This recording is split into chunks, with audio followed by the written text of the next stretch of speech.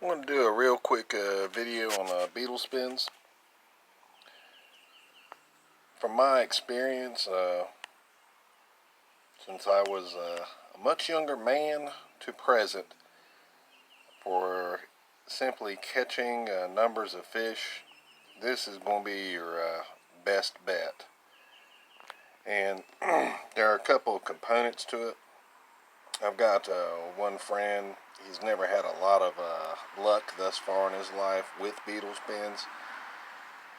He's bought that basic setup that you would get at Walmart. Comes prepackaged with a plain little grub and the spinner blade all together in one piece. And I've used those before myself. I've never been able to catch much, if anything, on those. I believe it's called Kalen's is this particular grub here. It's one that I've had a lot of luck with. It's got two tones, as you can see, so you're sort of, if you got a school of fish, you're presenting two different color types to those. It's pretty cool. This comes in blue and black, which I really prefer in a lot of situations. Unfortunately, though, with wonderful supply chain being what it is right now, they're a little hard to come by. Green's a great all-around color.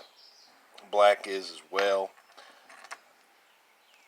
That ribbon or curly tail seems to add a lot of luck to me. A lot of times this will get bidden off. When that happens, I seem to have less luck catching fish on them. The blade size is also going to vary a lot. The larger the blade, just like a spinnerbait, the more pull, vibration in the water column, and the more lift you are going to have too. You've got to reel these slower to oftentimes keep them in the strike zone. Conversely, if you've got a smaller one, you're going to have a quicker drop. It's going to be deeper in the water column.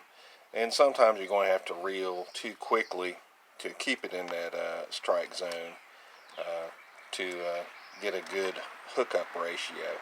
It's all going to be dependent on the situation. When they're on top, this is going to be a better way to go. That's going to keep it higher up. And when you got a reel slow, this is going to be better because you can be lower down the water column and reel a lot more slow. In the heat of the summer, when it's not terribly cold, this is going to be a better way to go because you can go down deeper and move fast at the same time. Of course, the weight of the jig heads, that's going to also have a big factor in just how quickly it sinks down.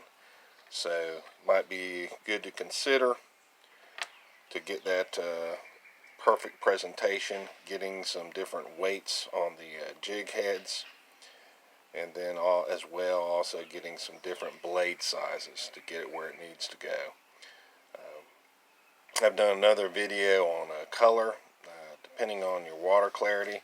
Color might not vary to the point that it's going to make a difference for the fish. With that being said, if you've got a lot of confidence in that making an impact, that's going to psychologically have a impact on how well you fish and how dedicated you are to fishing with that particular lure. So each to his own. Hope this video helps you out a little bit. This is the when things are tough, this is the best bait to go to. Also, some people think you can only catch small fish on these. You will catch small fish on them. I'm not arguing that point. You can also catch some pretty nice size fish on these as well. I've caught a 8-pound bowfin. I don't know how many bass in the 4 or 5 pound range I've caught on these. I've caught a few 6-pounders on these. My dad, I've seen him in many years past catch two 7-pound bass on these little guys. And fishing on ultralight gear is tons of fun. For this type presentation, an ultralight rod and reel is the way you're going to want to go.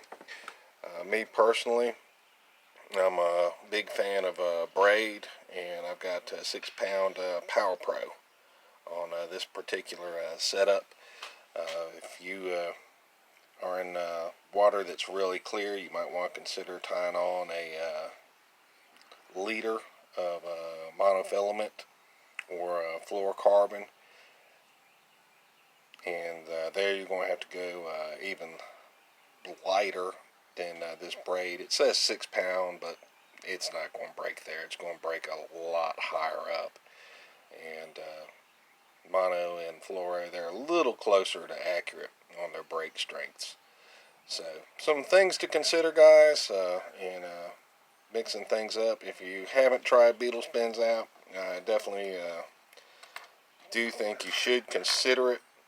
And definitely don't just get that prepackaged setup from Walmart. Get some good quality grubs. Again, I recommend you consider getting these with the curly tails. I've just had a lot more luck with those. Thanks for watching. Consider subscribing if you have not already. And if you like these and you want to see them when I come out, you can hit that bell as well. And you'll be able to see these videos as I release them in the future. Thanks for watching, and have a blessed day.